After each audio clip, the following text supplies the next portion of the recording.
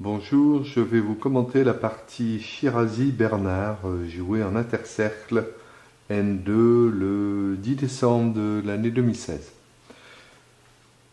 Les blancs, Shirazi jouent cavalier F3, cavalier F6, G3, G6, fou G2, fou G7, une ouverture de flanc, D3, D5, C4, C6, jusqu'ici les coups sont assez connus. Petit roc, cavalier C3. Voilà, à présent les noirs doivent trouver un plan. Le plan auquel ils ont pensé a été de jouer les deux pions au centre, mais ce plan va un petit peu échouer. Regardez en effet, après tour 8, fou G5, H6, les blancs échangent le fou contre le cavalier. Et regardez la suite. Prise, prise. Et dame B3. Et maintenant, les noirs ont un problème. Soit ils défendent leur pion par E6, soit ils jouent D4, et dans ce cas-là, leur fou F6 devient très mauvais.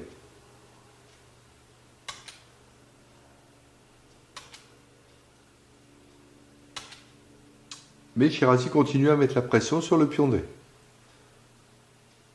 Et à présent, les noirs sont obligés de jouer D4. Cavalier C6.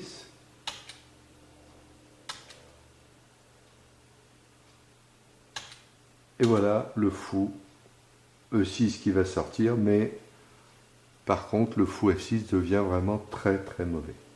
Alors, il fallait plutôt jouer comme a joué Anand en 1985, dans la position du 7e coup, je vous montre à nouveau.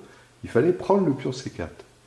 En effet, ce pion n'est pas si simple à défendre. Regardez comment Anand a gagné cette partie avec les noirs. Fou E6. Donc là, évidemment, il attend B3 qui donnerait une belle option sur la diagonale pour le fou G7. Donc le coup semble forcé, cavalier D2. Tour D8. Toujours des difficultés à se développer pour les blancs.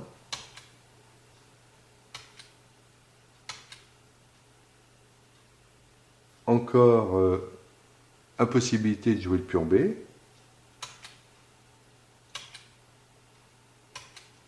Doublement des tours sur la colonne D. Remarquez que le cavalier D2 ne peut pas bouger. La menace était de prendre le pion C4 avec le fou.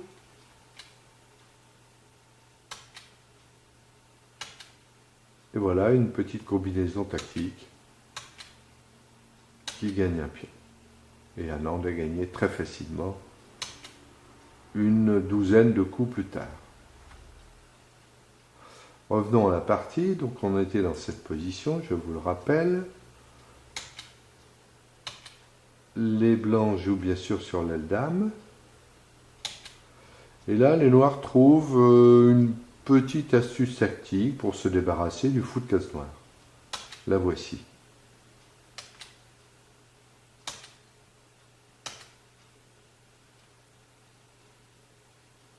Donc les blancs prennent le fou de case blanche. Le fou de case noire est pris. Et voilà l'astuce tactique qui se renouvelle. Tour B8 défendant le pion. Parce que si maintenant la tour prend le fou en D2, eh bien la dame va en G5 et va regagner relativement facilement la qualité. En effet, après fou D7, dame prend.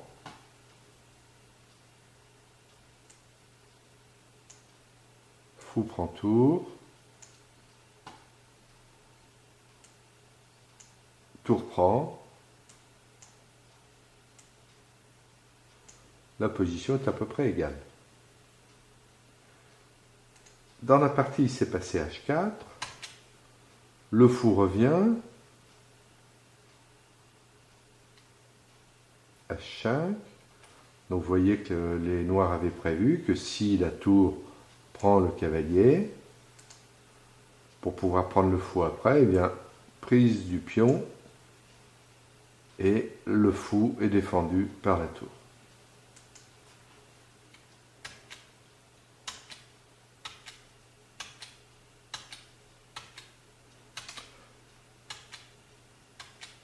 Bon, les noirs ont toujours quelques difficultés, mais ils ont trouvé une ouverture sur la case F2 et je pense qu'ils ont maintenant assez de jeu.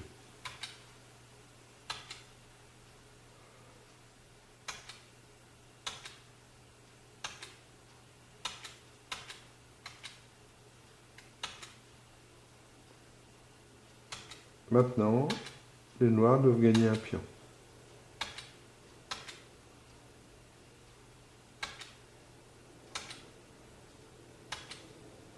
Alors là, les noirs ont mal joué. Sans doute la peur de faire entrer le cavalier en G3 et E4. Ils ont joué ce coup qui est un peu faible. Il aurait fallu jouer tour prend.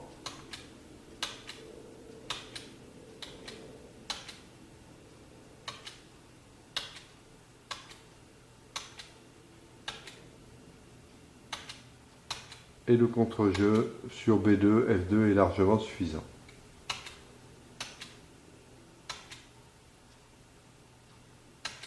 Et voilà.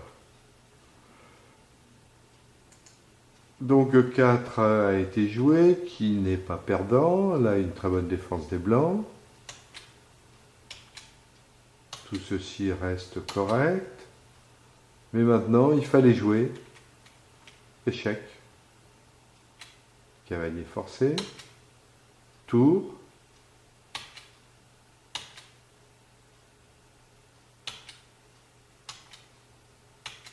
Et les noirs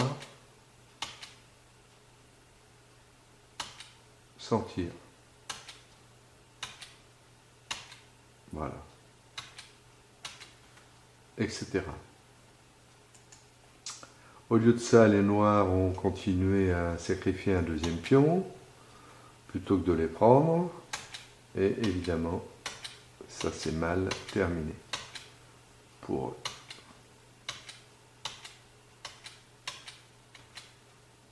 Les blancs qui ont 2 pions de plus ont gagné évidemment très facilement cette position.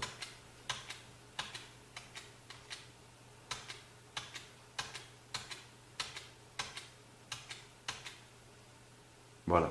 Et là, les noirs abandonnent. Avec 2 pions de moins et le dos au tour cavalier, aucun espoir.